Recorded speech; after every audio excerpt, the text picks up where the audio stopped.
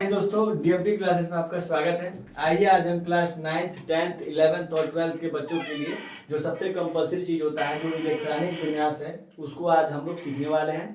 मैं इसमें आपको दो चीजों से इलेक्ट्रॉनिक विन्यास सिखाने वाला हूं। एक जो पहला है आपका कि बोर मॉडल, यानी कि एक बोर नामक वैज्ञानिक थे, उन्होंने ये मॉडल दिया था, तो उसके हिसाब से हम इसको सीखने वाले हैं बोर मॉडल। और जो दूसरा है और जो हमारा दूसरा है वो है आपका अफबाउ मॉडल, यानी अफबाउ नियम भी आप बोल सकते हैं उसको, या उसको आप बोल सकते हैं अफबाउ मॉडल। Aufbau model. अब इसमें क्या है कि अब मैं इन दोनों नियमों को सिखाने वाला हूं, आपको जो भी इसमें अच्छा लगे। देखिए इन दोनों नियमों का काम है। तो सबसे पहले हम क्या करते हैं कि अफबाउ मॉडल को सीखते हैं, कि बोर मॉडल को। कि बोर मॉडल में सबसे पहले क्या होता है कि बोर नामक वैज्ञानिक जो थे उन्होंने ये मॉडल दिया था कि इसमें क्या होता है कि इसमें 4 कक्षक होते हैं जिन्हें हम लोग कोष कहते हैं। और रदरफोर्ड ने इसमें नाभिक की खोज की थी। रदरफोर्ड ने नाभिक की खोज की थी जिसमें दो कण मौजूद रहते हैं। एक होता है आपका न्यूट्रॉन और दूसरा होता है प्रोटॉन। ठीक। अब इसमें क्या है कि मान लीजिए ये पहला कोष्ठक है, ठीक, ये पहला कोष्ठक, ये दूसरा कोष्ठक, ये तीसरा कोष्ठक, ये चौथा कोष्ठक, और इसी तरह आगे 5वां 6वां 7वां ऐसे वाले क्रम से बढ़ता जाएगा। अब हम आते हैं इसका जो ये पहला कोष्ठक है, जैसे मैं ही हूं, मेरा नाम दीपक तिवारी है, उसी तरह आपका भी कुछ नाम होगा। तो इस कोष्ठक का जो ये पहला कोष्ठक है इसमें कौन कौन से हैं, तो न्यूट्रॉन और प्रोटॉन। मैं दिखा देता हूँ, छोटा छोटा है, आप मैनेज कर लेंगे। तो पहला कोष्ठक का जो नाम है, तो नंबर क्या है, यानी पहले नंबर पे है तो पहला नंबर माने पहला नंबर। ये कोष्ठक दूसरे नंबर पे है तो इसको हम दूसरा नंबर दिखा देते हैं कि दूसरे नंबर पे है तो भाई दूसरा नंबर। ये कोष्ठक तीसरे नंबर पे है तो इसका नंबर हम तीसरा दिखा देते हैं, ठीक है। और ये जो कोष्ठक है वो आपका चौथे नंबर पे है तो ये चौथे नंबर पे हम दिखा देते हैं। जैसे हम लोग क्रम से कहीं भी क्लास में अगर बैठे होंगे आप, तो एक क्रम होता है ना कि आपका रोल नंबर 1 है, उसका 2 है, उनका 3 है, इनका 5 है, जो भी है। तो उसी तरह इसका जो ये पहला कोष्ठक है तो ये पहले नंबर पे है तो पहला नंबर, ये दूसरे नंबर पे है तो दूसरा नंबर, ये तीसरे नंबर पे है तो ये तीसरा नंबर। फिर जिस तरह आप लोग का जब आप लोग बैठते हैं तो आपके सीट का तो अरेंज पता चल गया कि भाई कि कौन किस जगह पे बैठा है। फिर हम उनका नाम आ गया कि नाम भाई उनका नाम क्या होगा। तो जो पहला कोष्ठक है उसका नाम रखा गया है क्या, तो के, फिर एल, फिर एम और फिर एन। और ये ध्यान रहे कि जो ये के एल एम एन है, ये जो नाम है वो कैपिटल में है, ना कि उसको स्मॉल में आप लिखेंगे। अगर स्मॉल में लिखेंगे तो केमिस्ट्री में कई ऐसे के हैं, कई ऐसे एल हैं, जो एम है, एन है, उनको कई चीजों में यूज किया गया है। तो ध्यान रहे कि जो कोष होते हैं उनको कैपिटल में लिखा जाता है। तो ये हो गया के एल एम एन, यानी पहले वाले कोष को बोला जाता है के और दूसरे वाले को एल एम और एन। उसी तरह हम आगे जाएंगे तो के एल एम एन के बाद क्या आएगा, ओ आएगा। अब इनका जो मेन रूल है या जो मेन नियम है वो आपका है क्या, तो 2n², यानी कि जिस कक्षक में कितने इलेक्ट्रॉन की क्षमता है, यानी जिस कक्षक में हमको जानना है कि उस कक्षक में कितने इलेक्ट्रॉन भरेंगे, उसमें हमको क्या करना है, उसमें n का मान रखना है और हम उस कक्षक की ऊर्जा को पता लगा सकते हैं। जैसे कि मैं अब बताने वाला हूँ। जैसे मान लीजिए हमको दूसरा या पहले से ही देखते हैं कि अगर हमें n का मान 2n² सूत्र पर लिखते हैं 2n², तो 2n² से हमें क्या होगा कि 2 तो होगा ही रहेगा। अगर हमें पहले वाले कक्षक का ऊर्जा जानना है तो n का मान, यानी n का मान हम पहला रखेंगे तो 1 रख दिए, और इसका हमें क्या करना है, तो वर्ग करना है। फिर देखेंगे कि 2 है तो 2 है, गुणे है तो गुणे। अब 1 का हम जब वर्ग करेंगे तो 1 ही आएगा, यानी कि इसकी जो ऊर्जा होगी वो कितनी होगी, तो 2 होगी। यानी कि पहले वाले कोष्ठक में हम सिर्फ 2 इलेक्ट्रॉन भर सकते हैं। फिर अब हम आते हैं दूसरे वाले पे। तो दूसरा में यानी जब n का मान हम क्या रखेंगे, यहाँ जब 2 रखेंगे तो 2 तो होगा ही, गुणा होगा ही, और जब 2 का हम वर्ग करेंगे तो कितना आएगा, तो 2 का वर्ग करेंगे तो 4 आएगा, और 4 में जब हम 2 से गुणा करेंगे तो ये हो जाएगा आपका 8। तो यानी दूसरे वाले की क्षमता कितनी हो गई, तो 8। यहाँ तक किसी को कोई दिक्कत। उसके बाद यहाँ पे हम आते हैं अगले नंबर पे, यानी अगला जब हम n का मान जब हम यहाँ 3 रखेंगे, तो जब n का मान यहाँ 3 रखा जाएगा तो 3 का वर्ग करेंगे, तो 3 का वर्ग करने पर यहाँ पे क्या हो जाएगा, तो यहाँ पे हो जाएगा 9, और 9 में जब हम 2 से गुणा करेंगे तो ये कितना हो जाएगा, तो 18, यानी कि तीसरे वाले की क्षमता कितनी आएगी, तो 18 आएगी। उसी तरह जब आप चौथे वाले की क्षमता निकालेंगे तो 32 आएगा।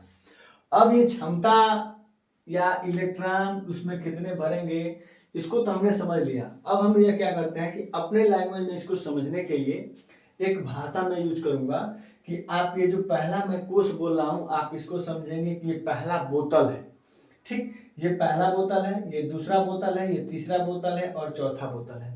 और जब भी आपके पास कोई अगर बोतल होता है तो उसमें क्या होता है कि उस बोतल की क्षमता होती है, धारिता होती है, यानी उसका आयतन होता है कि उसमें कितना लीटर पानी या कितना लीटर जो भी हम सामान अगर रख रहे हैं तो उसकी क्षमता कितनी होगी। तो जो पहला वाला बोतल है उसकी क्षमता कितनी लीटर की है, तो 2 लीटर की है। फिर हमें ये ध्यान रखना है कि अगर 2 लीटर की बोतल है तो उसमें 2 लीटर से अधिक हम पानी इसमें क्या कर सकते हैं, नहीं भर सकते हैं।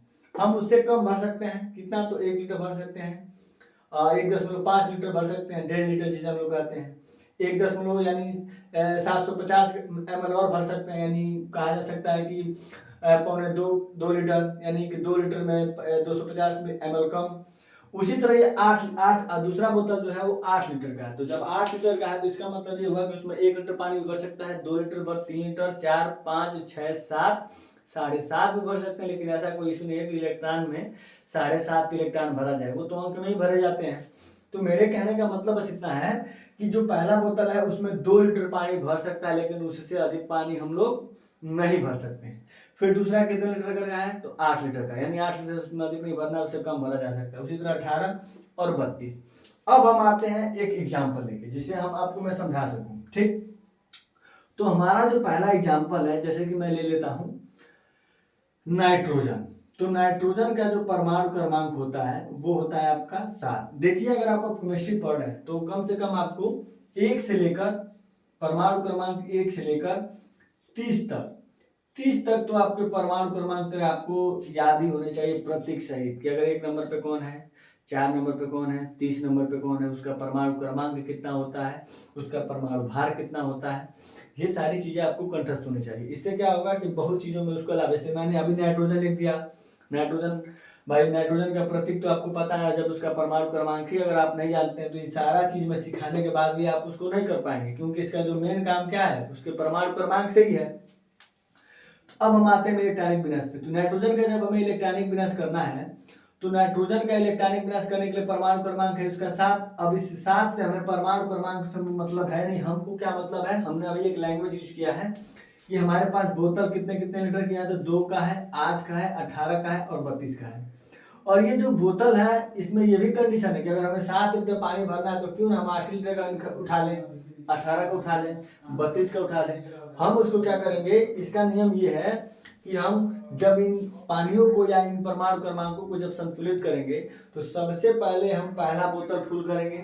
जब हमारा पहला बोतल पूर्ण रूप से जब भर जाएगा तब हम उसमें 8 दूसरा बोतल लेंगे, फिर हम तीसरा बोतल लेंगे, यानी कि जो उसके पहले वाले बोतल हैं वो सभी पूर्ण रूप से भर जाने चाहिए। जब ये भर जाएंगे तभी उनको कहा जाएगा कि ये क्या है, तो पूर्ण रूप से संतुलित है। उसके बाद जब हम आते हैं इस पे, अब नाइट्रोजन अब साथ करना है तो यानी कि पहला हम लोग कोष्टक लेंगे, यानी पहला बोतल लेंगे, उसमें कितने लीटर पानी भर देंगे, तो उसमें हम भर देंगे 2 लीटर। पहला बोतल फुल हो चुका है, हमको पानी कितना भरना है, तो हमको पानी भरना है 7 लीटर। तो जब हमने 2 लीटर पानी भर दिया तो हमारे पास बचा कितना, तो हमारे पास बचा 5 लीटर पानी। तो जब हम 5 लीटर पानी जब आगे लेके जाएंगे तो देखेंगे कि हमारे पास कितने लीटर का बोतल है, तो 8 लीटर का बोतल है, और हमें पानी कितना भरना है, तो 5 ही लीटर। तो यानी कि जो हम इसमें 5 लीटर पानी आसानी से भर सकते हैं। अभी भी अगर हमारे पास अगर पानी होता तो उसमें हम 3 लीटर पानी और भर लेते आसानी से। तो अब ये नाइट्रोजन का क्या हो गया, तो ये नाइट्रोजन का इलेक्ट्रॉनिक विनाश हो चुका है। ये किसके नियम से है, तो ये है बोर के नियम से। अब जैसे मान लीजिए हम ले लेते हैं सोडियम का, तो सोडियम का परमाणु क्रमांक कितना होता है, 11 यानी 11। अब 11 करना है, यानी 11 लीटर पानी भरना है, तो पहला बोतल कितने लीटर का भरेंगे, तो पहला लीटर हम ले लिए 2 लीटर का। जब हम 2 लीटर पानी भरे तो हमारे पास, अब देखेंगे पानी, ये भी ध्यान देना चाहिए कि हमारे पास पानी कितना बच रहा है, तो 11 में से जब हम 2 लीटर पानी भर दें तो हमारे पास बचा 9 लीटर। और जब हम 9 लीटर पानी लेकर जब आगे बढ़ेंगे तो देखेंगे कि हमारे पास बोतल कितने लीटर का है, 8 ही लीटर का। तो देखेंगे भाई कि 9 लीटर 8 लीटर में तो आएगा नहीं, तो ऐसा करेंगे कि पहले इसमें दूसरे वाले बोतल में हम 8 लीटर पानी भर देते हैं। जब 8 लीटर पानी भरेंगे तो हमारे पास अब पानी कितना बचेगा, तो हमारे पास पानी बचेगा 1 लीटर और बचेगा, लेकिन 1 लीटर इसमें पानी भर ही नहीं सकता है। तब हम तीसरे वाले बोतल में जाएंगे और इसमें कितने लीटर पानी भर देंगे, तो 1 लीटर। अब ये किसका हो जाएगा, इसकी धारिता कितनी है, 18 लीटर की, यानी 18 लीटर इसमें पानी भर सकता है। लेकिन इसमें हमको बचेगा कितना, हमारे पास पानी तो 1 लीटर बच रहा है, तो हम तीसरे वाले बोतल में सिर्फ 1 लीटर पानी भर के और उसको बंद कर देंगे। तो ये हो जाएगा 281, यानी सोडियम का इलेक्ट्रॉनिक विनाश हो जाएगा 281। एक और मैं लेता हूं आसान सा, एक मैं ले लेता हूं लिथियम का। तो लिथियम का परमाणु क्रमांक कितना होता है, तो 3 होता है। जब लिथियम का हम इलेक्ट्रॉनिक विनाश करेंगे तो ये हो जाएगा आपका 2, यानी कि 3 ही भरना है, तो पहले में तो 2 लीटर पानी भरेगा ही, और दूसरा में जब 2 लीटर पानी भर दे तो हमारे पास बचा कितना, तो 1 लीटर, यानी कि लिथियम का हो जाएगा 2 और 1। अब इसमें क्या है कि जो बोर के नियम पे आप चाहेंगे तो सभी तत्वों का इलेक्ट्रॉनिक विनाश नहीं कर पाएंगे। उसके लिए आपको क्या होगा, उसके लिए यानी सभी तत्वों का इलेक्ट्रॉनिक विनाश करने के लिए, अब यानी इसको और थोड़ा विस्तारित करने के लिए अभी मैं बताऊंगा इसी के भाग को, यानी अफबाउ के नियम पे इसको लिखा है, इसके ही नियम पे अफबाउ का नियम ही बना है। तो अब अधिक से अधिक तत्वों का इलेक्ट्रॉनिक विनाश जिनके परमाणु क्रमांक बड़े से बड़े हैं, उसके लिए हमने अफबाउ के नियम का क्या किया है, एक्सप्लेन किया है। तो अब क्या होगा कि अब हम लोग इसको अफबाउ के नियम पे इसको सीखेंगे, ठीक है। तो अफबाउ के नियम के लिए सबसे पहले क्या होगा कि मुझे सीरीज लिखनी पड़ेगी, सीरीज लिख के और उसके बाद मैं आपको बताऊंगा कि अफबाउ के नियम पर कौन सा सीरीज लिखाएगा। यानी कि अफबाउ का जो नियम है, या यहां मैं लिखूंगा Aufbau series, Aufbau, Aufbau series, Aufbau series ना लिखे अफबाउ श्रेणी। अफबाउ श्रेणी में आपको मैं लिखने जा रहा हूं 1s2, 1s2 ना लिख के ऐसे लिखता हूं 1s, 2s, 2p, 3s, 3p, 4s, 3d। और भी आगे है, लेकिन 3d तक, अब 30 तक हम लोग जब सीखे हैं तो कम से कम 30 तक तत्वों का इलेक्ट्रॉनिक विनाश हम लोग कर लें। अब इसमें क्या होगा कि इसमें अभी हम लोग पढ़े हैं कौन सा, तो हम लोग पढ़े हैं के एल एम, सॉरी एम और एन। के की क्षमता बता चुका हूं मैं, तो के की क्षमता 2, इसकी क्षमता 8, इसका 18 और इसका 32। अब हम आते हैं, तो ये अब ये भी मैं लिख देता हूं कि के आता है कितने नंबर पे, पहले पे, ये आता है दूसरे पे, ये आता है तीसरे पे और ये आता है चौथे पे। ये हो गया आपके कोष। अब यहां से होगा उपकोष, एस, पी, डी और एफ, यानी कि अब इसके ही ये भाग हैं, ठीक है। यानी कि कोष कहा जाएगा के एल एम एन और उपकोष बोला जाएगा एस पी डी एफ। तो S की क्षमता कितनी होती है, तो S की क्षमता होती है 2, P की क्षमता कितनी होती है, तो P की क्षमता होती है 6, D की 10 और F का 14, ठीक है। यानी कि जहां जहां S आया है, जहां जहां S, यानी कि आप समझेंगे कि उसमें अधिकतम हम कितना भर सकते हैं, तो 2 भर सकते हैं। जैसे इसमें पहला था कि पहले कोष्टक में हम 2 ही भर सकते हैं, दूसरे में 8 भर सकते हैं। इसमें आपको अंक यानी जो प्रतीक मिला है, ये सिंबल, उसके हिसाब से आपको भरना है। यानी एस में अधिकतम 2 भर सकते हैं, अगर आवश्यकता 1 की होगी तो 1 भी भर सकते हैं। पी जहाँ है तो पी की क्षमता कितनी है, तो 6 है तो 6 भर सकते हैं। जहाँ डी आएगा वहां हम क्या भर सकते हैं, तो 10 भर सकते हैं। जहाँ आवश्यकता होगी 1 का तो 1 ही भरेंगे, डी में 2 की आवश्यकता होगी तो 2, यानी उसमें हम लोग 10 तक भर सकते हैं। ये उनकी क्षमता होगी। अब देखिए कि SPDF इसी के भाग में से कैसे निकला, मैं ये बताने वाला। यानी ये पहला कोष्टक है, तो पहले में कितने इलेक्ट्रॉन भरते हैं, तो 2। तो यानी कि ये पहला है, तो ये पहला कहां तक गया है, तो सिर्फ यहां तक। तो इसमें कितना इलेक्ट्रॉन भरेंगे, सिर्फ 2 इलेक्ट्रॉन, ठीक। अब ये दूसरा कोष्टक है, तो दूसरा में कहां तक रह जाता है, 8 इलेक्ट्रॉन। तो दूसरा का यह भी है और दूसरा का यह भी है। एस में कितना भरता है, तो एस में 2 भरता है, और पी में कितना भरता है, 6 भरता है। और जब हम दोनों को जोड़ेंगे तो कितना आएगा, तो 8 ही ना आएगा। यानी कि पहले में कितना आ गया, तो पहले में 2, दूसरे में 8। तीसरा कोष्टक लेंगे तो तीसरा में कितना बढ़ता है, तो तीसरा में 18 बढ़ता है। तो पहले में कितना एस आ गया, तो एस में कितना 2, पी में कितना आ गया तो 6, और डी में कितना आ गया तो 10। तो 10 6 16, 16 2 18। यानी उसी तरह जब हम चौथे में जाएंगे और चौथे वाले सभी आवर्तों को लिया जाएगा, सभी उपकोषों को लिया जाएगा, तो उन सबका जो इलेक्ट्रॉन जब हम जोड़ेंगे तो वो 32 के बराबर आएगा। ठीक है, तो ये हो गया उसके भाग, यानी उसको हम लोग कैसे उसमें से एडजस्ट किए हैं, ये हो गया, इसको समझा दिया मैंने। अब मैं इसको इलेक्ट्रॉनिक विन्यास से समझाने वाला, बस आपको ध्यान ये देना है कि ये सीरीज आपको याद होना चाहिए। अगर आपको ये याद है तो भी ठीक है, नहीं याद है तो भी ठीक है। इसके और भी तरीके हैं याद कराने के या निकालने के, अगर आप उस चीज को समझ लेंगे तो भी आपको याद हो जाएगा, या आप इतने बार इलेक्ट्रॉनिक विन्यास कर लेंगे, लिख लेंगे कि वो याद होना ही है। अब जैसे मैंने अभी कराया था किसका, तो मान लीजिए हम सोडियम का ही करा रहे हैं, सोडियम का इलेक्ट्रॉनिक विन्यास अफबाउ के नियम पे। एग्जामिनर आपसे वो बोलेगा कि निम्नलिखित का इलेक्ट्रॉनिक विन्यास लिखिए। अगर आप क्लास 9th और 10th में हैं तो आप बोर के नियम पे ही करेंगे, क्योंकि आपके में अबाउ के नियम पे आपको नहीं पढ़ाया गया, क्योंकि जो 11th और 12th में पढ़ते हैं उनको अबाउ पे नियम पढ़ाया जाता है, और 9th और 10th वाले बच्चों को बोर के नियम पे पढ़ाया जाता है। तो अब यहाँ से क्या है कि सोडियम का हमें इलेक्ट्रॉनिक विन्यास करना है। तो सबसे पहले हम ये पहला डिब्बा लेंगे। पहला डिब्बा कितने लीटर का है, तो 2 लीटर का है। यहाँ डिब्बा यूज इसलिए हो रहा है कि आपको बस समझना है, वो डिब्बा होता नहीं है, वो उपकोष है, मैं बस डिब्बा समझाने के लिए यूज कर रहा हूँ। तो एस है, तो एस की क्षमता कितनी है, तो 2 लीटर, 2 लीटर पानी भरती है। हमको 11 भरना है, 2 भरती है। फिर आगे जाएंगे तो 2s मिलेगा। जब आवर्त चेंज होगा, यानी कि नंबर पहले से हम कितने पे आएगा, तो दूसरे पे, तो उसके लिए हम लगा देंगे कामा। अब जब तक दूसरा चलेगा तब तक कामा नहीं लगेगा, जब तक 2 से हम 3 पे नहीं चले जाते तब तक कामा नहीं लगाना है। फिर यहाँ पे क्या होगा, तो 2s, तो 2s हो गया। अब यहाँ पे s भी, अब फिर माने पहले अभी s भरे हैं, फिर s आ गया, तो इसमें भी कितना भरेंगे, 2 ही भरेंगे। अब ये नहीं कि इसमें पहले में 2 दूसरे में 8, इसके हिसाब से ना चल के अब हम लोग चलेंगे किसके हिसाब से, तो SPDF के हिसाब से। तो ये हो गया 1s2 2s2। उसके बाद हम किस पे आएंगे, तो 2p6। अब P में क्यों 6 भरे हैं, तो भाई P की क्षमता 6 है। अब यहाँ पे क्या है कि अब 11 भरना है, हमने भर दिया, कितना, तो 2 2 4, 4 और 6 कितना होता है, तो 10 होता है। तो हम 10 लीटर पानी भर चुके हैं, हमको और कितना भरना है, तो 1 लीटर और पानी भरना है। तो अगला उपकोष क्या होगा, तो 3s है। तो यहाँ पर 2 से पहले 2 तक भर लिए हैं, अब 2 से हम कितने पे आ गए, 3 पे, तो उसके लिए क्या लगाएंगे, तो कामा लगाएंगे।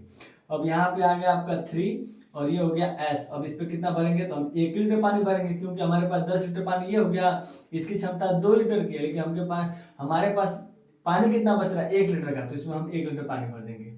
उसके बाद हम करते हैं, मान लीजिए क्लोरीन का। क्लोरीन का परमाणु क्रमांक होता है 17। अब आप किसी का भी कर सकते हैं, ये जो मैंने किया है वो 30 तक तो होगा ही होगा। उसके बाद हम यहाँ पे 1s2